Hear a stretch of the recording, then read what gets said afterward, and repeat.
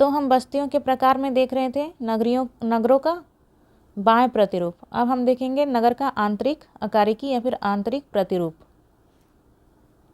तो नगर का आंतरिक आकारिकी। भारतीय नगरों की सामान्य आकारिकी पाश्चात्य नगरों से भिन्न प्रकार की पाई जाती है। तो ये पाश्चात्य नगर किन्हें कहा जाता है?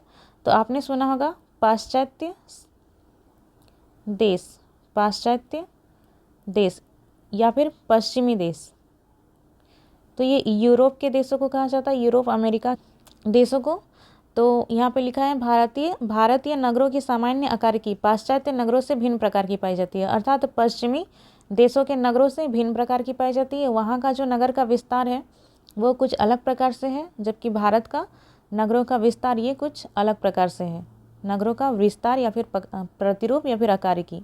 इसका मुख्य कारण यह है कि जहाँ पाश्चात्य नगर आधुनिक काल के देन है, तो जो पश्चिमी देशों के शहर या फिर नगर हैं ये जो आधुनिक काल के देन है, लेकिन भारत के जो अधिकांश नगर हैं ये विस्तारीकरण के रूप में जाने जाते हैं। प्राचीन एवं मध्यकालीन भारतीय नगरों की आकारिकी की बात की जाए तो ये तात्कालिक विश्व के समृद्ध एवं विस्तृत नगरों की श्रेणी में आते थे।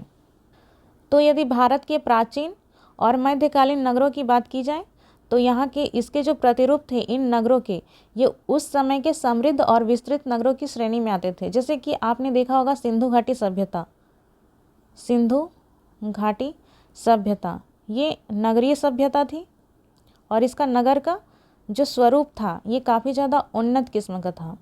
यहाँ पे नलियाँ जो है ये ढकी होती थी और जो सड़कें होती थी ये समकोण पर काटती थी, एकदम आधुनिक काल के नगर के स्वरूप से भी बेहतर था। तो उस समय तात्कालिक विश्व के समृद्ध एवं विस्तृत नगरों की श्रेणी में भारतीय नगरों के स्वरूप को जाना जाता था तथा अपनी कार्यात्मक विशिष्टता के कारण इनकी एक अलग ही पहचान होती थी। आप सिंधु घाटी सभ्यता का एग्जाम्पल ले सकते हैं, जिनमें सांस्कृतिक रूप से भी विभिन्न विविधताओं का समावेशन होता था और जिसका प्रभाव यहाँ के अधिवासों में भी दिखता है। हालांकि जनसंख्या में वृद्धि के साथ साथ नगरों पर बोझ बढ़ने से इसकी विविधता पर विपरीत प्रभाव पड़ने लगा है। तो अभी वर्तमान समय में क्या हुआ है, धीरे धीरे जनसंख्या का दबाव बढ़ रहा है इन नगर पे। जो गांव की जनसंख्या है ये नगरों की ओर पलायन कर रही है, तो जिसके कारण नगर में जनसंख्या अत्यधिक हो रहा है और यहाँ पे जनसंख्या का बोझ बढ़ रहा है, जिसके कारण इसकी विविधता पर विपरीत प्रभाव पड़ने लगा है। जिसके कारण नगरों में क्या हो रहा है, तो अतिक्रमण की समस्या देखने को मिल रही है, पर्यावरण अत्यधिक दूषित हो रहा है और साथ ही साथ मलिन बस्तियों की संख्या भी अत्यधिक बढ़ रही है। शहरों में मलिन बस्ती, और जिसके कारण क्या हो रहा है, तो बीमारियां फैल रही हैं। आगे है आधुनिक काल में ब्रिटिश उपनिवेशीकरण के अंतर्गत इन प्राचीन एवं मध्यकालीन नगरों में कई बदलाव किए गए। तो जब भारत में ब्रिटिश कालीन शासन आया तब क्या हुआ, जो प्राचीन और मध्यकालीन नगर थे इसके स्वरूप में बदलाव किए गए तथा इनका बाह्य विस्तार भी किया गया और इनका बाह्य रूप से भी विस्तार किया गया। जहाँ पहले भारतीय नगर अधिकांश नदियों के किनारे बसे होते थे, तो आपने देखा होगा पहले जो नगर होते थे ये अधिकांश नदियों के किनारे ही बसे होते थे। जैसे कि सिंधु घाटी सभ्यता का ही हम एग्जाम्पल लेंगे तो ये देखने को मिलेगा कि ये नदी के किनारे ही स्थित थे। लेकिन क्या हुआ, ब्रिटिश काल में जनसंख्या का संकेंद्रण रेलवे स्टेशन या सड़कों के किनारे होने लगा एवं सिविल लाइंस, माल रोड जैसे नए एवं आधुनिक केंद्र स्थलों का आविर्भाव होता है। तो ब्रिटिश काल में जो जनसंख्या है इनका संकेंद्रण अर्थात इनका बसाव कहाँ होने लगा, तो अत्यधिक रेलवे स्टेशन या फिर सड़क के किनारे होने लगा। और इसके साथ ही ब्रिटिश काल में सिविल लाइंस, माल रोड जैसे नए आधुनिक केंद्र स्थलों का निर्माण होने लगा, आविर्भाव या फिर निर्माण होने लगा।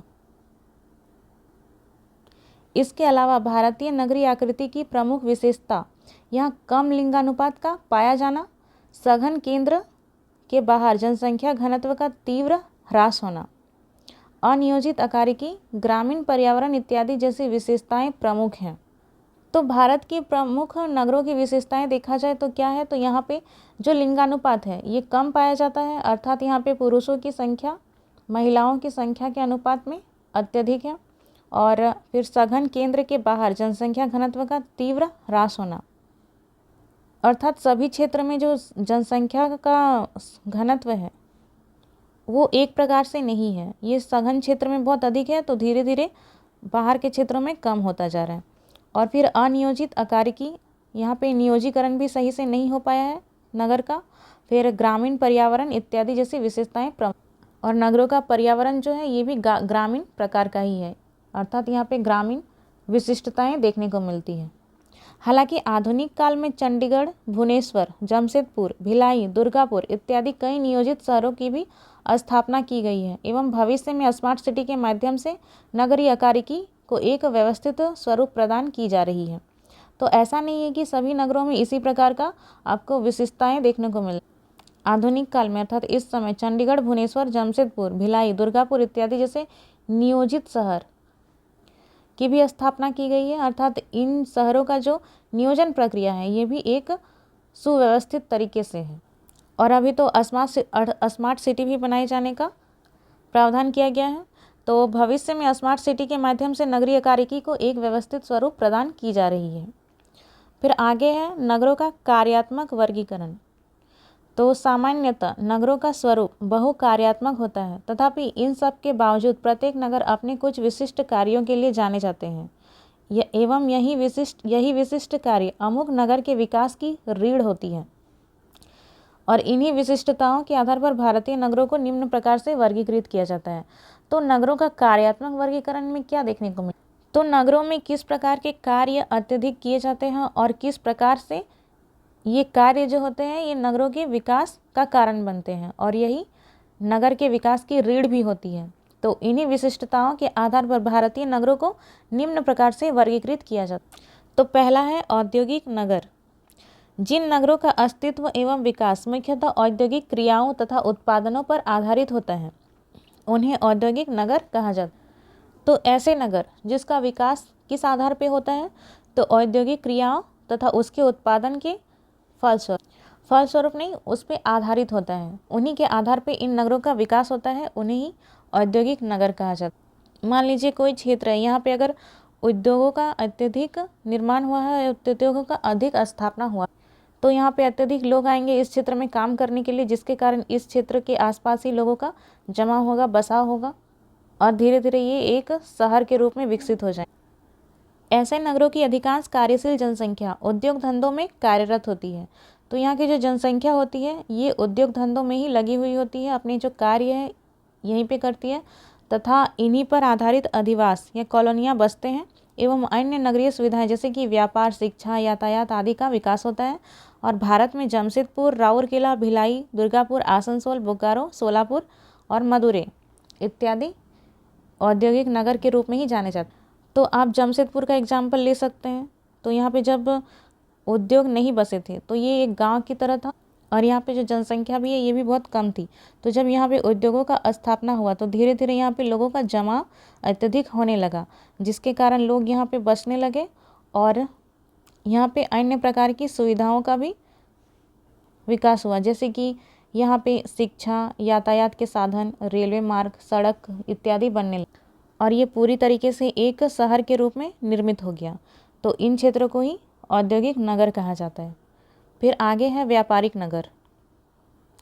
तो इस प्रकार के नगरों में व्यापार एवं वाणिज्य से संबंधित कार्यों की प्रधानता पाई जाती है, जहां थोक व्यापार से लेकर फुटकर व्यापार बड़े पैमाने पर संचालित होते हैं। तो वैसे नगर जहाँ पे क्या होता है, व्यापार और वाणिज्य से संबंधित कार्य की प्रधानता पाई जाती है, अर्थात इन्हीं कारणों के कारण यहाँ पे नगरों का निर्माण होता है। लोग यहाँ पे बसते हैं और व्यापार और अपनी वाणिज्य करते हैं, वाणिज्य के कार्य, और यहाँ पे लोगों का बसाव होता है। धीरे धीरे यहाँ पे भी बहुत प्रकार की सुविधाएं विकसित होती है, जिसके कारण ये एक नगर का निर्माण कर लेता है। तो यहाँ पे व्यापार एवं वाणिज्य से संबंधित कार्यों की प्रधानता पाई जाती है, जहाँ पे थोक व्यापार से लेकर के फुटकर व्यापार बड़े पैमाने पर संचालित होते हैं। और ये नगर मुख्यतः दो प्रकार के होते हैं। पहले प्रकार में वैसे व्यापारिक नगरों को सम्मिलित किया जाता है जो स्थानीय उत्पादों के संग्रह एवं वितरण के केंद्र होते हैं। और दूसरे प्रकार में क्या होता है, तो यहाँ पे व्यापारिक नगरों के अंतर्गत राष्ट्रीय एवं अंतर्राष्ट्रीय व्यापार के प्रमुख केंद्रीय नगरों को सम्मिलित किया जाता है। तो इस प्रकार के जो नगर होते हैं व्यापारिक नगर, ये 2 प्रकार के होते हैं। पहला प्रकार में क्या होता है, तो यहाँ पे व्यापारिक नगरों को शामिल किया जाता है जो कि स्थानीय उत्पादों के संग्रह और वितरण का केंद्र होते हैं। तो यहाँ पे जहाँ जिस भी स्थान में ये व्यापारिक नगर है तो वहीं के उत्पादों का संग्रह करते हैं और उन्हीं को बेचते हैं या फिर खरीदते हैं। आम भाषा में देखा जाए तो खरीदना और बेचना हो गया। तो स्थानीय उत्पादों का ही जो भी वहाँ पे होते हैं, उत्पादित होते हैं, उन्हीं उत्पादों का संग्रह और वितरण का केंद्र होता है। और दूसरा क्या हो गया, तो दूसरा वैसे व्यापारिक नगर होते हैं जो कि अंतर्राष्ट्रीय और राष्ट्रीय व्यापार का प्रमुख केंद्र होते हैं। अर्थात वहाँ से उन स्थानीय उत्पादों को बाहर भी ले जाया जाता है या फिर देश के अंदर ही कहीं दूसरे राज्यों में, या फिर दूसरे राज्यों से उस स्थान पे लाया जाता है, या फिर दूसरे देशों से उस स्थान पे लाया जाता है भारत के अन्य क्षेत्रों में वितरित करने के लिए। तो ये दो प्रकार के केंद्र हो गए, एक स्थानीय उत्पादों के केंद्र और एक राष्ट्र और अंतर्राष्ट्रीय व्यापार के केंद्र। तो दूसरे प्रकार के नगरों के अंतर्गत समुद्र तटीय बड़े नगरों को सम्मिलित किया जाता है। तो दूसरे प्रकार के जो व्यापारिक नगर हैं ये तो कहीं नगरों के अंदर नहीं होंगे, बल्कि ये समुद्र तटों के पास होंगे, क्योंकि अंतर्राष्ट्रीय सामान को लाया जाए या फिर अंतर्राष्ट्रीय बाजारों में अपने सामान को भेजा जाए तो इसके लिए तट नगरीय क्षेत्र के अलावा तटों का होना अनिवार्य है, क्योंकि वहीं से हम एक्सपोर्ट कर सकते हैं, बाहर ले जा सकते हैं। एक व्यापारिक नगर होने के नाते यह क्षेत्र उचित परिवहन व्यवस्था एवं वित्त, बीमा तथा बैंकिंग जैसी वित्तीय सुविधाओं से पूर्ण होती है, जैसे कि मुंबई, विशाखापट्टनम, कोच्चि, हैदराबाद, अमृतसर, कानपुर इत्यादि। तो ये मुंबई भी, विशाखापट्टनम, कोच्चि इत्यादि जो है ये सारे तटीय क्षेत्र हो गए, ये दूसरे प्रकार के व्यापारिक नगरों में शामिल किए जाएंगे, क्योंकि यहाँ से राष्ट्रीय और अंतर्राष्ट्रीय व्यापार ये दोनों सुविधापूर्ण तरीके से हो पाएगा। फिर अगला जो है ये है प्रशासनिक केंद्र। तो ऐसे नगरों में सरकारी कामकाजों की प्रधानता होती है। इस केंद्र के अंतर्गत प्रांत की राजधानी एवं जिला मुख्यालयों को सम्मिलित किया जाता है, जहां विभिन्न प्रकार के प्रशासकीय कार्यालय, आवास एवं भवन स्थित होते हैं तथा देश या प्रांत का राजनीतिक प्रतिनिधित्व करते हैं। तो प्रशासनिक केंद्र जहाँ पे प्रशासन का कार्य किया जाता हो, जैसे कि हम दिल्ली को ले सकते हैं, दिल्ली जो कि हमारी भारत की राजधानी है, और इसी के साथ साथ अन्य राज्यों की भी राजधानी को हम ले सकते हैं, या फिर जिला मुख्यालयों को। तो ये प्रशासनिक केंद्र के रूप में विकसित हो, क्योंकि जो भी सारे प्रशासन के कार्य होते हैं वो इन्हीं क्षेत्रों में किया जाता है, जिसके कारण यहाँ भी लोगों को प्रशासन की सुविधा के कारण अपना क्षेत्र जो है, अपना अस्थायी आवास इसी क्षेत्रों में बसा लेते हैं, जिसके कारण ये प्रशासनिक क्षेत्र जो है ये भी एक नगर के रूप में विकसित हो जाते हैं। जैसे कि दिल्ली देश का सर्वोच्च प्रशासकीय एवं राजनीतिक गतिविधियों का केंद्र है, तो वहीं रांची झारखंड राज्य के प्रशासनिक एवं राजनीतिक गतिविधियों का केंद्र है। तो ये हो गया प्रशासनिक केंद्र, दिल्ली, भारत की राजधानी दिल्ली, और हम झारखंड में देखें तो झारखंड की राजधानी रांची। फिर अगला है परिवहन नगर। तो इस प्रकार के नगरों का विकास मुख्यतः परिवहन मार्गों के मिलन स्थल पर विकसित होता है। इस परिवहन मार्ग में सड़क या सड़क मार्ग अथवा सड़क एवं रेल मार्ग एवं समुद्री बंदरगाह वाले नगरों को सम्मिलित किया जाता है, जैसे कि मुगलसराय, टुंडला, इटारसी, बहरी इत्यादि। तो परिवहन नगर किन्हें कहा जाएगा, तो जहाँ पे परिवहन मार्गों का मिलन स्थल होगा, तो वहाँ पे इस प्रकार के नगरों का विकास होता है। जैसे कि यहाँ पे मुगलसराय का आप एग्जाम्पल ले सकते हैं, जो कि यूपी में है। और इसमें किसे शामिल किया जाएगा, तो परिवहन मार्ग में सड़क या फिर सड़क मार्ग अथवा सड़क या रेल मार्ग एवं समुद्री बंदरगाह वाले नगरों को सम्मिलित किया जाता है परिवहन नगर में। फिर आगे है खनन नगर। तो जहाँ पे खनन अत्यधिक होगा और वहाँ पे लोगों का बसा होगा तो उन्हें ही खनन नगर कहा जाएगा। जैसे कि आप झारखंड के झरिया को ले सकते हैं।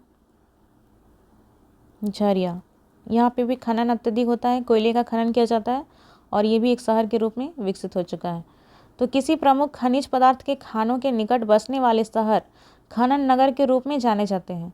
तो कोई भी खनिज पदार्थ के निकट जहाँ पे खनन का कार्य किया जाता है वहाँ पे बसने वाले शहर को क्या कहा जाता है, खनन नगर। तो झारखंड जो है ये कोयले का भंडार है, साथ ही साथ अन्य खनिज पदार्थ भी यहाँ मिलते हैं और यहाँ पे खनन का कार्य जो है ये भी अत्यधिक किया जाता है और इसी रूप में झरिया एक प्रमुख खनन नगर के रूप में जाना जाता है। नगर की अन्य गतिविधियां मुख्यतः खनन कार्यों से जुड़ी हुई होती है, जैसे भारत का रानीगंज जो कि पश्चिम बंगाल में है, फिर झरिया झारखंड का, तालचर जो कि उड़ीसा में है, फिर आसनसोल, कोलार, उबाई, पन्ना इत्यादि। फिर शैक्षणिक नगर, तो जहाँ पे शिक्षण संस्थानों का केंद्र होगा वही होगा शैक्षणिक नगर। तो इन नगरों का प्रमुख कार्य शिक्षा एवं प्रशिक्षण से संबंधित होता है। जैसा कि नाम से ही पता चल रहा है, शैक्षणिक नगर अर्थात प्रशिक्षण शिक्षा का कार्य ही यहाँ पे किया जाता होगा। तो इन नगरों का प्रमुख कार्य शिक्षा एवं प्रशिक्षण से संबंधित होता है। ऐसे केंद्र प्रायः विश्वविद्यालय तथा उच्च शिक्षा के विभिन्न संस्थान, प्रशिक्षण महाविद्यालय आदि संकेंद्रित होते हैं। तो ऐसे नगरों में क्या क्या होता है, तो यहाँ पे विश्वविद्यालय या फिर उच्च शिक्षा के विभिन्न संस्थान होंगे, अलग अलग प्रकार के संस्थान जहाँ पे शिक्षा दिया जाता होगा, और प्रशिक्षण महाविद्यालय इत्यादि संकेंद्रित होते हैं। इस शहर की जनसंख्या में विद्यार्थियों तथा शिक्षकों का प्रतिशत अन्य शहरों की तुलना में ज़्यादा पाया जाता है एवं नगर की अन्य क्रियाएं सामान्यतः शैक्षणिक क्रियाओं पर ही आधारित होती है, जैसे कि दिल्ली, इलाहाबाद, वाराणसी, अलीगढ़, रुड़की, खड़गपुर इत्यादि। तो इन क्षेत्रों में लोग जो हैं ये अत्यधिक पढ़ने या फिर पढ़ाने के कार्य करने के लिए जाते हैं, और यहाँ पे जो भी गतिविधियाँ होती है ये शिक्षण कार्यों पे ही आधारित होती है, शैक्षणिक कार्यों पर ही। जैसे कि अलीगढ़, दिल्ली में भी बहुत सारे कोचिंग संस्थान, यूनिवर्सिटी इत्यादि हैं, और यहाँ पे अत्यधिक लोगों का जमाव जो है ये पढ़ाई के कारण ही होता है, शिक्षा के कारण ही। फिर आगे है सांस्कृतिक या फिर धार्मिक नगर। तो इन नगरों में सांस्कृतिक व धार्मिक क्रियाकलापों की प्रमुखता पाई जाती है, जहाँ विभिन्न प्रकार के पूजा स्थल, मंदिर, मस्जिद, गुरुद्वारा आदि स्थापित होते हैं, जिस कारण से कुछ निश्चित समय में बड़ी संख्या में तीर्थयात्री एकत्रित होते हैं।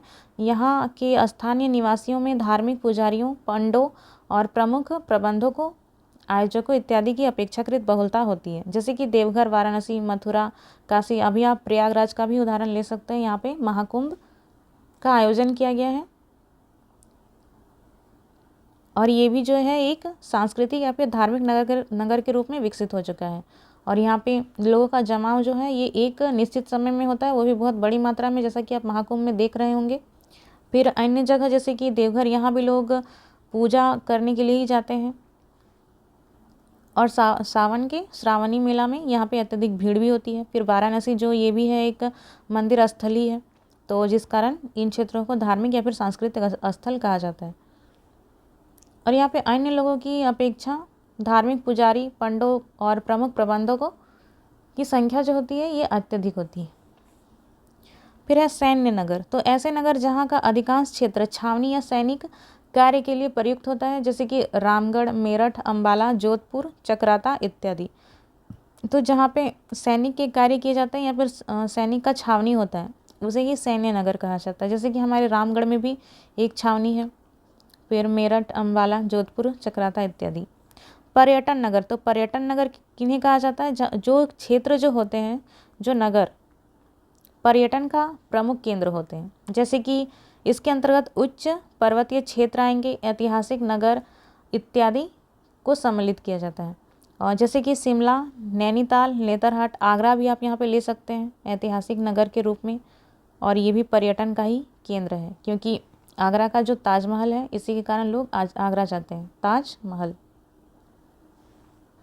तो ये हो गया नगरों का कार्यात्मक वर्गीकरण, जिसमें पहला है औद्योगिक नगर, फिर दूसरा व्यापारिक नगर, तीसरा प्रशासनिक केंद्र, चौथा परिवहन नगर, उसके बाद पांचवा खनन नगर, फिर छठा शैक्षिक, फिर सातवां सांस्कृतिक या फिर धार्मिक नगर, आठवां सैन्य नगर, फिर नौवां पर्यटन नगर। फिर आगे हम देखेंगे भारत में नगरीय बस्ती की समस्या। तो नगरीय बस्तियों की क्या क्या समस्याएं हैं। तो विश्व के अन्य देशों के समान ही भारत में भी नगरीकरण या फिर नगरीय विकास को प्रायः सुख, समृद्धि, स्वच्छता, सामाजिक आर्थिक गतिशीलता इत्यादि का द्योतक माना जाता है, द्योतक माना जाता है। तो लोग ये मानते भी है कि जो नगर है यहाँ पे सुख सुविधा अत्यधिक होगी, स्वच्छता होगी, सामाजिक आर्थिक गतिशीलता भी अधिक होगी। यहाँ पे लोग अपनी आर्थिक स्थिति भी सही करने के लिए जाते हैं। तो इन्हीं कारणों के कारण भारत में भी नगरीकरण या फिर नगरीय विकास को सुख, समृद्धि, स्वच्छता, सामाजिक, आर्थिक गतिशीलता इत्यादि का द्योतक माना जाता है। परंतु चकाचौंध के पीछे कई साध्य व असाध्य समस्याएं भी छिपी होती है। तो ऐसा नहीं है कि नगर में सुविधाएं ही उपलब्ध होंगी और यहाँ की सामाजिक और आर्थिक गतिशीलता सही होगी। बाहर से सुनने को तो अच्छा लगता है कि शहर है, लेकिन उसके अंदर बहुत सारी समस्याएं भी छिपी हुई होती है, साध्य व असाध्य समस्याएं, जिससे नगरीय जीवन की प्रभावशीलता गहरे रूप से प्रभावित होती है। यद्यपि नगरीय बस्तियों की समस्या की प्रकृति एवं इसके प्रभाव में देश काल के स्तर पर भिन्नताएं दृष्टिगत होती है। तो ऐसा नहीं है कि सभी नगर में एक ही प्रकार की समस्याएं मिलेंगी, अलग अलग नगरों में अलग अलग प्रकार की समस्याएं मिलती हैं। परंतु भारत जैसे विकासशील देशों में समस्याएं आधारभूत स्तरों से ही प्रारंभ हो जाता है, जिसे निम्न प्रमुख रूपों में संक्षिप्त व्याख्या की गई। तो भारत में देखिए किस प्रकार की नगरों की समस्याएं हैं। पहला है अत्यधिक जनघनत्व। तो अत्यधिक जनघनत्व क्यों है? क्योंकि ग्रामीण क्षेत्रों से जो जनसंख्या है इसका बसाव नगरों की ओर हो रहा है।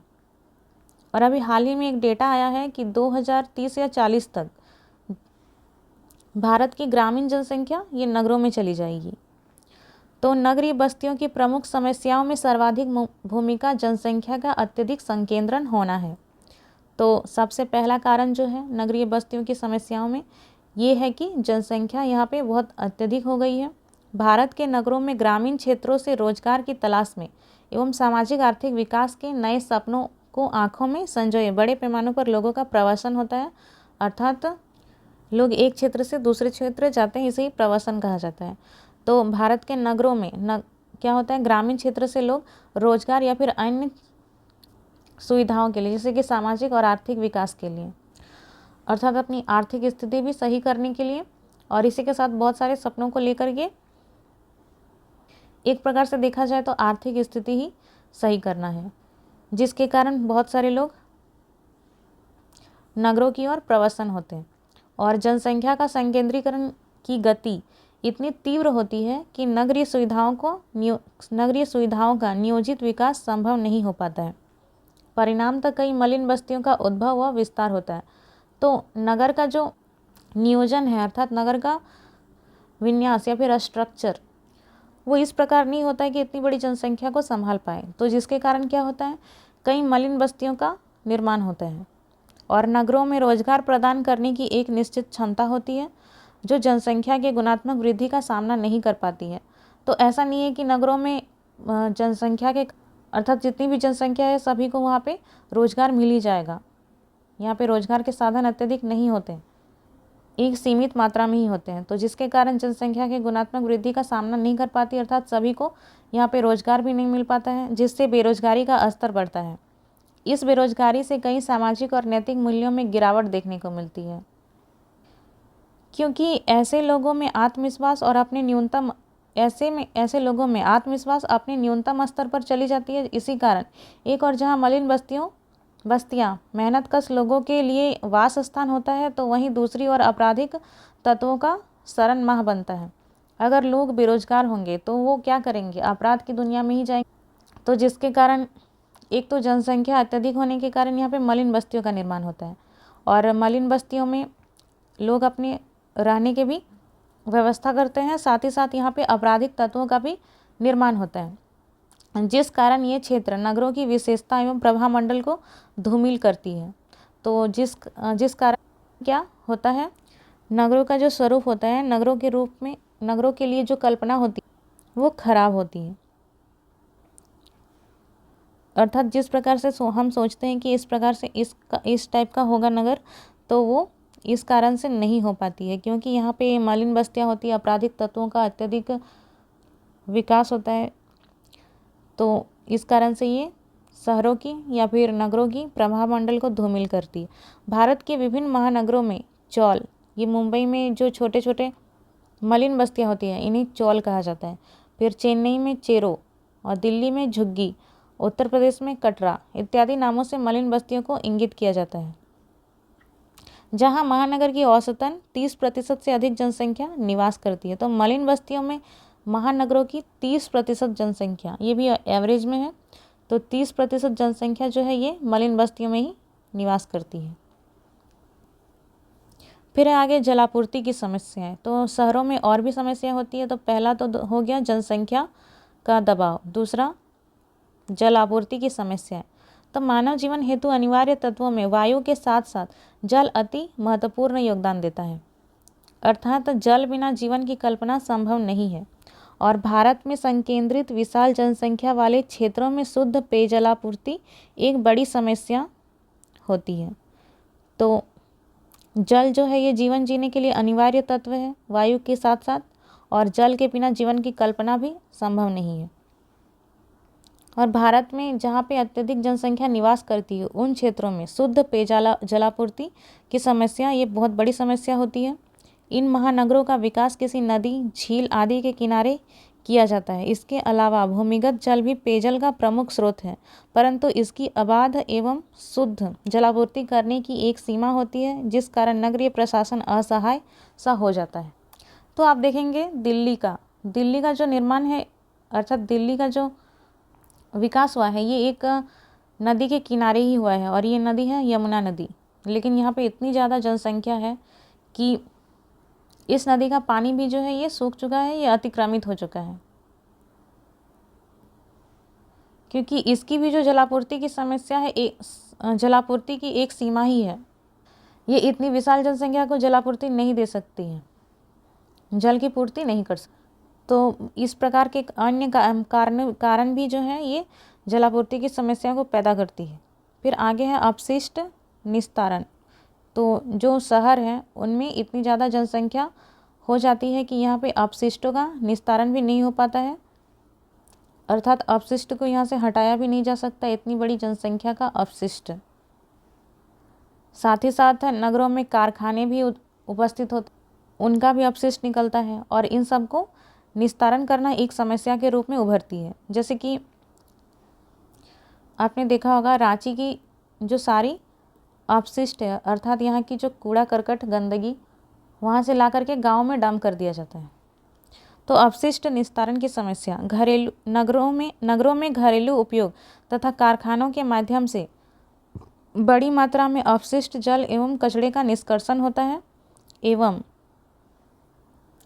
इन कचरों का विसर्जन निकटवर्ती नदियों, मैदानों आदि स्थानों पर कर दिया जाता है।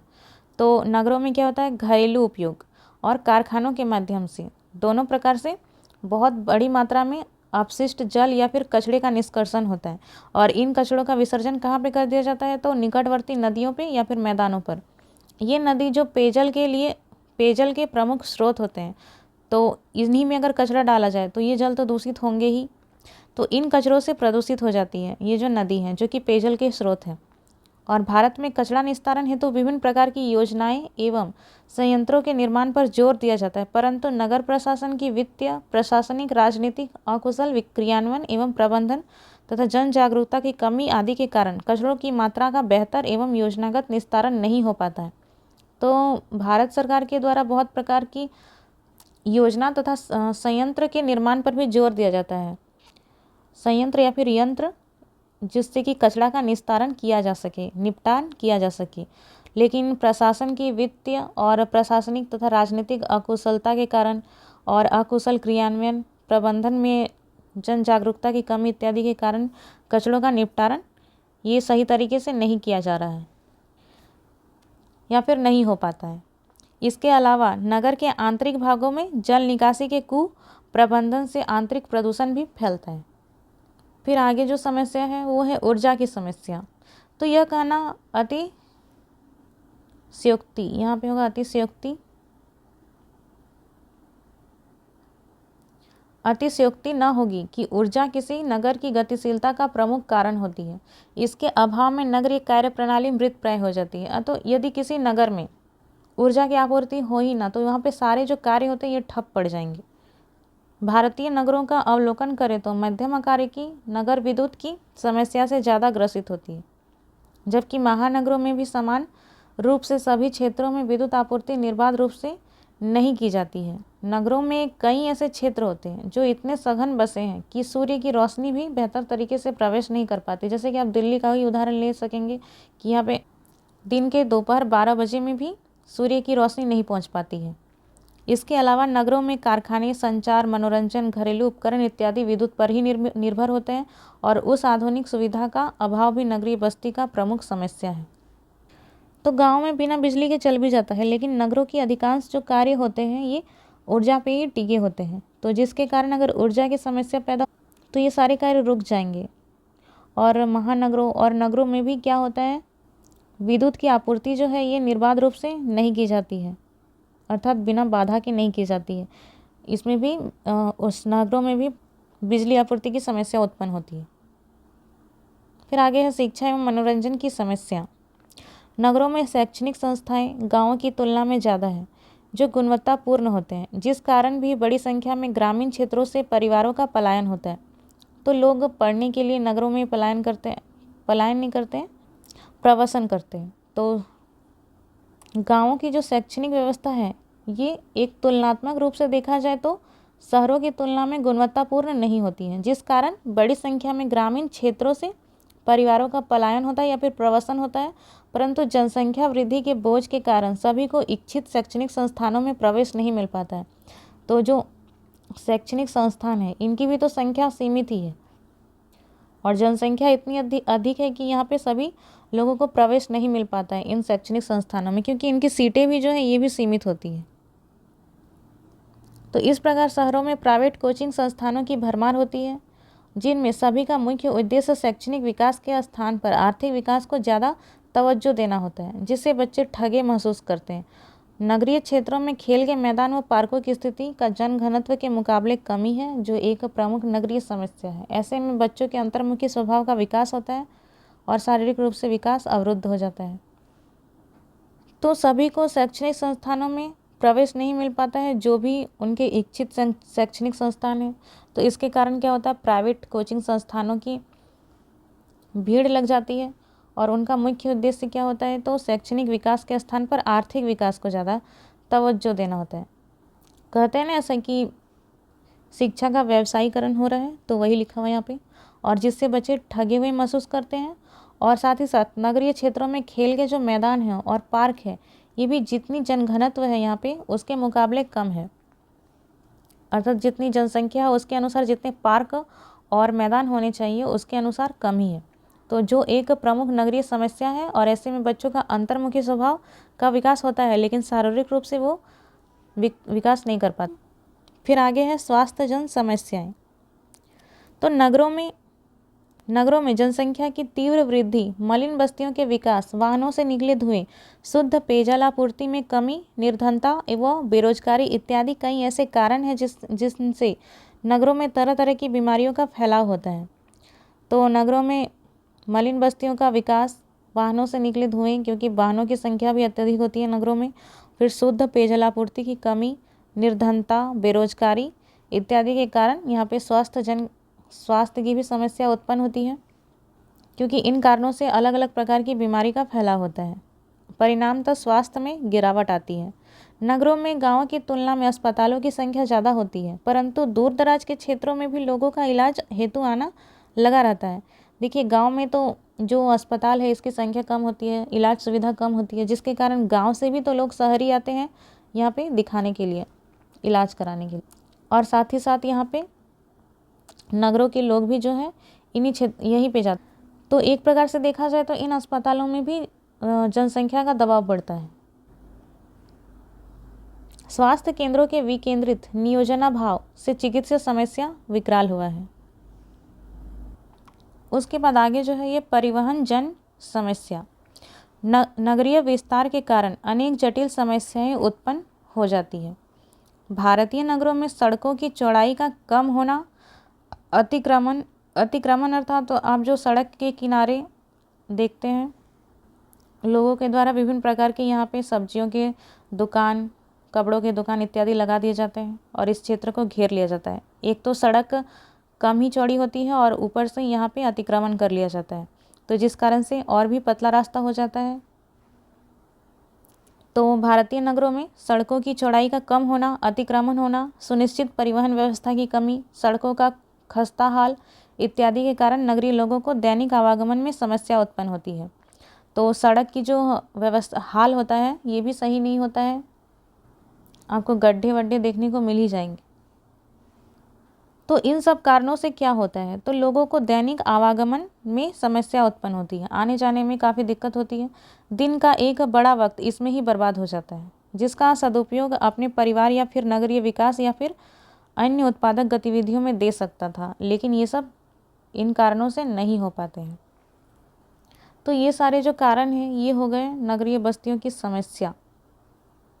तो पहला हमने देखा अत्यधिक जनघनत्व, जल आपूर्ति की समस्या भी नगरों में देखने को मिलती है, अपशिष्ट का निस्तारण भी, ऊर्जा की समस्या भी, यहाँ पे बिजली आपूर्ति भी सही से नहीं हो पाती है, शिक्षा और मनोरंजन की समस्या भी यहाँ पे है, स्वास्थ्य जन समस्या भी तथा परिवहन जन समस्या। और इसके साथ अगर आपको और भी पॉइंट आप मिलते हैं तो वो भी आप लिख सकते हैं।